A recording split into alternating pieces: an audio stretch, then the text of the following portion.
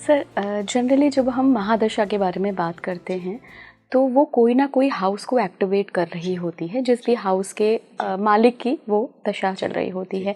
But Rahu Ketu को ऐसे तो कोई हाउस या कोई राशि नहीं दी गई है, हालांकि 8th हाउस केतु को दिया गया है मंगल की वजह से, कुजवत केतु बोलते हैं।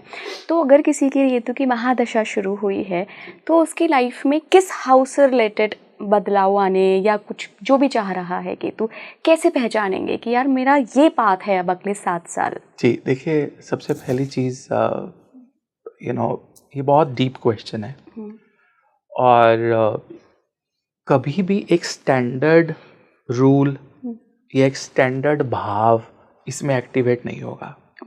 अगर मैं बोलूँ कि केतु 12वें भाव का कारक है तो 12वां भाव एक्टिव हो जाएगा, ऐसा नहीं है। केतु एक नक्षत्र के अंदर होगा, सब ग्रह एक नक्षत्र के अंदर होते हैं।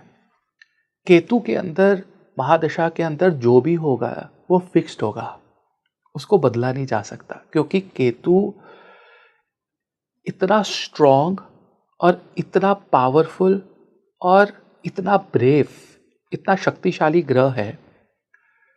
क्योंकि हेडलेस होने का मतलब ये नहीं है कि आप सोच नहीं सकते या देख नहीं सकते या बात नहीं कर सकते।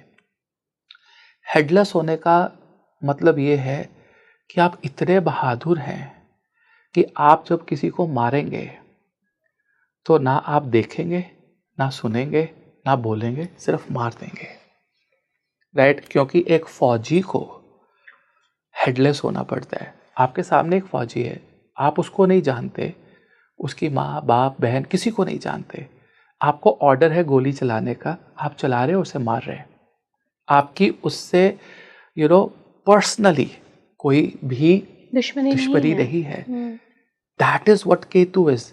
मंगल पुलिस फोर्सेस है, वो सोचेंगे, आपसे पूछेंगे, आपके ऊपर इन्वेस्टिगेट करेंगे। तो इसलिए डिफेंस और जो इंटरनल डिफेंस है वो मंगल और केतु है। मंगल इज पुलिस फोर्सेस, लॉ जो सिटीज में पब्लिक के साथ काम कर रहा है। केतु बॉर्डर पे काम कर रहा है, बाउंड्री पे, राइट? हेडलेस, ऑर्डर दिया, खत्म किया, काटा। अगर केतु की हर एक चीज फिक्स्ड है तो उसका रिजल्ट भी एक ऐसी एनर्जी से आना चाहिए जो फिक्स्ड है। रात को जब आप आसमान देखेंगे आपको तारे नक्षत्र फिक्स्ड मिलेंगे, बाकी सब घूमता हुआ मिलेगा आपको। जब भी कोई रिजल्ट आएगा वो एक फिक्स्ड एलिमेंट से आएगा और वो नक्षत्र से आएगा, केतु की महादशा में। सो केतु की महादशा को अगर आप एनालाइज करना चाहते हैं तो सबसे पहले आप देखिए वो किस नक्षत्र में है, बर्थ चार्ट में, और उस नक्षत्र के साथ जुड़े हुए देवता, उनकी क्या थीम है, और एंड में आप ये देखें कि उस नक्षत्र के साथ जुड़ा हुआ ग्रह कौन सा है, राइट? मान लीजिए केतु आश्लेषा में है तो बुध ग्रह, तो बुध ग्रह जिस भी भाव में बैठा होगा आपको सबसे पहले वहां के रिजल्ट मिलने शुरू होंगे। मान लीजिए अगर मैं किसी आपकी कुंडली की बात कर लूं, अगर आपका केतु एक पर्टिकुलर नक्षत्र में है, आप देखिए कि उसके साथ जुड़ा हुआ ग्रह कौन सा है, और उस ग्रह पे जहाँ पे वो बैठा है आपको सारे रिजल्ट केतु की महादशा में वहाँ पर फोकस्ड रहे होंगे। ज़रूरी नहीं है कि केवल उसी के रिजल्ट मिले हो, बट वो जो प्राइम रिजल्ट है वो आपको वहाँ का अवश्य मिला होगा।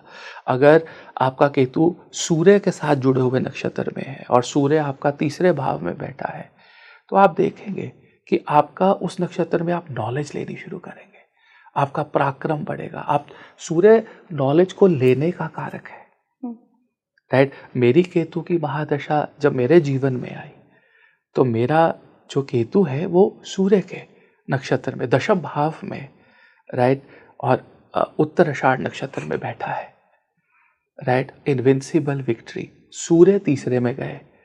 तो उस 7 साल की दशा में मैंने इतना ज्ञान अर्जित किया और कम्युनिकेशन, पराक्रम मेरा इतना बढ़ा, और वो सब चीज़ें बढ़ी जब मैं दुनिया से गायब हो गया थोड़े दिनों के लिए।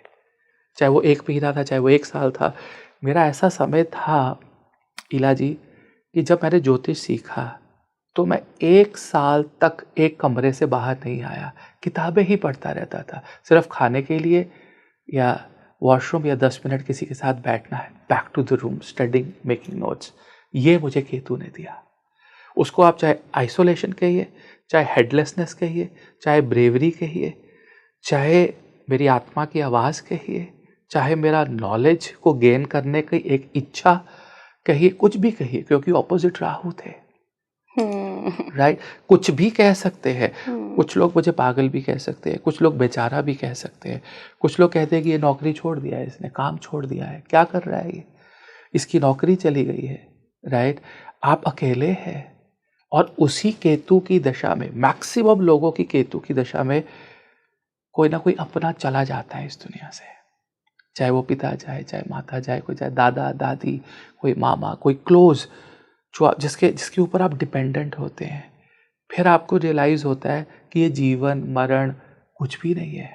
वो जो आधे घंटे की फीलिंग आपको शमशान घाट पे होती है ना, किसी के क्रिमेशन पे, कि ये क्या है जीना मरना, लेकिन घर आते आते आते आपकी 2 घंटे बाद मूवी की टिकट्स बुक होती है, फिर आप परिवार के साथ मूवी देखने चले जाते हो और फिर वो सारा फेड होने लगता है।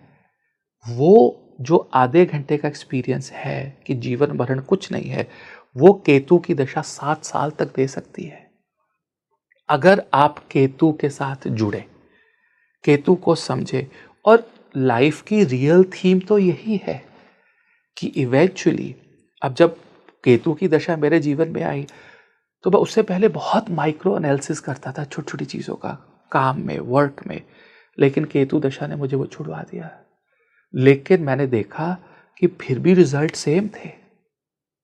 माइक्रो एनालिसिस छोड़ने के बाद भी हार्डवर्क चल रहा था काम में, लेकिन रिजल्ट्स वर ऑलमोस्ट सेम। हाँ, मैं एक बहादुर इंसान हो गया था कि मुझे इतना डीपली जाके नहीं देखना है कि अगर मेरा हाउसकीपिंग का स्टाफ काम करते करते किसी से फ़ोन पे बात कर रहा है तो मुझे अब उसकी टेंशन नहीं होती थी। राइट काम हो रहा था और उतना ही हो रहा था। सो केतु की दशा के लिए पहली रिक्वायरमेंट ये है कि आप ब्रेव बन जाओ। कहाँ के लिए ब्रेव बन जाओ? केतु का नक्षत्र देखो, उस भाव के अलावा, क्योंकि जिस भाव में बैठा है वो तो आपका गया एक बार, क्योंकि नौकरी जाएगी, बिजनेस जाएगा, वर्क जाएगा, या आप बदलेंगे उसको, या आप अपना एटीट्यूड बदल देंगे तो भी चल जाएगा। लेकिन जिस नक्षत्र में बैठा है उस नक्षत्र के साथ जुड़ा हुआ जो ग्रह है, और अगर आप ग्राउंड लेवल पे देखना चाहते हैं तो जिस राशि में केतु है उस राशि के साथ जुड़ा हुआ जो ग्रह है वो जहाँ बैठा है वो 2 या 3 भाव एक्टिव होंगे ही होंगे। वहां से केतु का रिजल्ट मिलना शुरू होगा।